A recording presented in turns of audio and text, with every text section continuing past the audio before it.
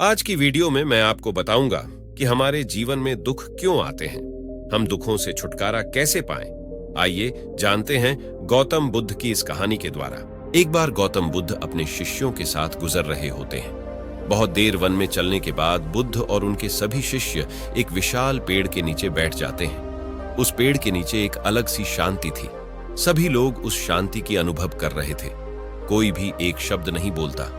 कुछ देर बीतने के बाद गौतम बुद्ध का एक शिष्य उठता है और बुद्ध से पूछता है, बुद्ध, मैं आपसे एक प्रश्न पूछना चाहता हूं। बुद्ध कहते हैं, पूछो, क्या प्रश्न है तुम्हारा? शिष्य बुद्ध से पूछता है, मैंने कभी भी आपको दुखी नहीं देखा। आपके चेहरे पर हर समय एक अलग ही मुस्कुराहट रहती है, हमें भीतर तक आनंद से भर देती है। आपके चेहरे पर अलग सी चमक है जो हमें दुख से कोसों दूर कर देती है। पर मैं यह जानना चाहता हूं कि मेरे भिक्षु बनने से पहले मेरे जीवन में बहुत सारा दुख था, जिसके कारण मैं भिक्षु बन गया। पर मैं अभी तक नहीं जान पाया हूं कि दुख है क्या। मुझे बता सकते हैं कि वास्तव में दुख क्या है? बुद्ध मुस्कुराते हैं और अपने भिक्षु से कहते हैं, दुख एक विचार से ज्यादा कुछ नहीं है। सभी लोग सुनकर चौंकते हैं और बुद्ध से पूछते हैं, परंतु बुद्ध, विचार तो आते हैं और चले जाते हैं, पर दुख एक बार आ जाता है तो जाने का नाम ही नहीं लेता। बुद्ध कहते हैं, मैं तुम्हें एक छोटी सी घटना बताता हूं। एक नगर में एक धनी शेठ रहता है। उसके पास एक वफादार नौकर होता था। वह शेठ अपने नौकर पर बहुत विश्वास करता था। वह शेठ अपने नौकर कभी भी किसी बात के लिए भी शक नहीं करता, क्योंकि उसका नौकर वास्तव में ही बहुत ईमानदार होता है। एक बार उस शेठ को किसी काम से बाहर जाना पड़ा। 2-3 दिनों के बाद जब वह शेठ वापस लौटा तो वह एक कीमती सामान लेकर आता है। वह उस कीमती सामान को अपने कमरे में बड़ा सजाकर रख देता है और अपने नौकर से कहता है, तुम्हें खास तौर पर इस चीज का ध्यान रखना। ध्यान रहे यह टूटे नहीं, यह मेरा बहुत प्रिय है। नौकर कहता है, मालिक, मैं पूरा ध्यान रखूंगा, आप चिंता न करें। अगले ही दिन वह नौकर पूरे घर की सफाई कर रहा होता है। सफाई करते करते वह शेठ की उस कीमती चीज के पास पहुंचता है और उसकी भी सफाई करने लगता है। सफाई करते वक्त वह कीमती चीज उस नौकर के हाथ से फिसल जाती है और नीचे गिर जाती है। शेठ को यह बात पता चलती है और वह नौकर के पास आता है और नौकर को खूब डांटता धमकाता है। पर न तो वह उस नौकर को नौकरी से निकाल सकता है और न ही उसे पीट सकता है, क्योंकि वह उसका बहुत वफादार और पुराना नौकर था। इसलिए वह डांट धमकाकर ही उसे छोड़ देता है। शेठ अपने उस कीमती चीज के बारे में सोच सोचकर बहुत दुखी हो जाता है।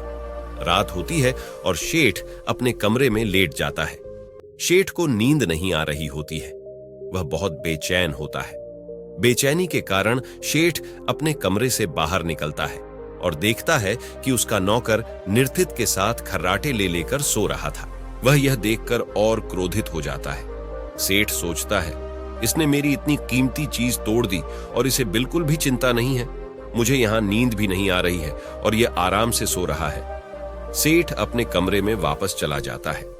अगले दिन सुबह सेठ सोचता है, मैं इस समस्या से कैसे निकलूं? फिर सेठ को एक तरकीब समझ आती है। वह अपने नौकर के पास जाता है और अपने नौकर से कहता है, मुझे बहुत दुख हो रहा है, यह बताते हुए कि वह जो कीमती चीज कल तुमने तोड़ी थी वह मैं तुम्हारे लिए लाया था। मैं चाहता था कि मैं उसे तुम्हें उपहार में दूं, परंतु अब क्या कर सकते हैं, अब तो वह टूट गई है। सेठ की बात सुन नौकर को धक्का लगा। नौकर सोचता है, अरे यह तो बहुत बड़ी गलती हो गई। वे इतनी कीमती और महंगी चीज मेरे लिए थी और वे मुझसे ही टूट गई। फिर क्या? उस नौकर के मन में बेचैनी पैदा हो जाती है, दुख पैदा हो जाता है। रात होती है और सेठ आराम से सोता है और वहां नौकर बेचैन रहता है। उसे नींद नहीं आती। क्यों नींद नहीं आती? क्योंकि अब उस नौकर ने उस शेठ की उस कीमती चीज को अपने आप से जोड़ लिया, इसलिए वह दुखी हो रहा था। पहले उस नौकर के मन में यह विचार नहीं था कि वह कीमती चीज मेरी है, पर अब उसके मन में यह विचार है कि अगर वह कीमती चीज न टूटती तो ये मेरी होती। बुद्ध कहते हैं, दुख केवल एक विचार है और यह विचार कैसे उत्पन्न होता है? अपने आप को किसी चीज से जोड़ने से। हम जिस भी चीज को अपने आप से जोड़ देते हैं वह चीज हमारे दुख का कारण बनती है। लेकिन वास्तविकता तो यह है कि कोई भी चीज हमसे जुड़ नहीं सकती। हर चीज आपके पास है, आपकी है। पर कुछ समय के लिए। कुछ समय के बाद वह आपसे दूर हो जाएगी। उस दूर होने की घटना को स्वीकार करें और आगे बढ़े।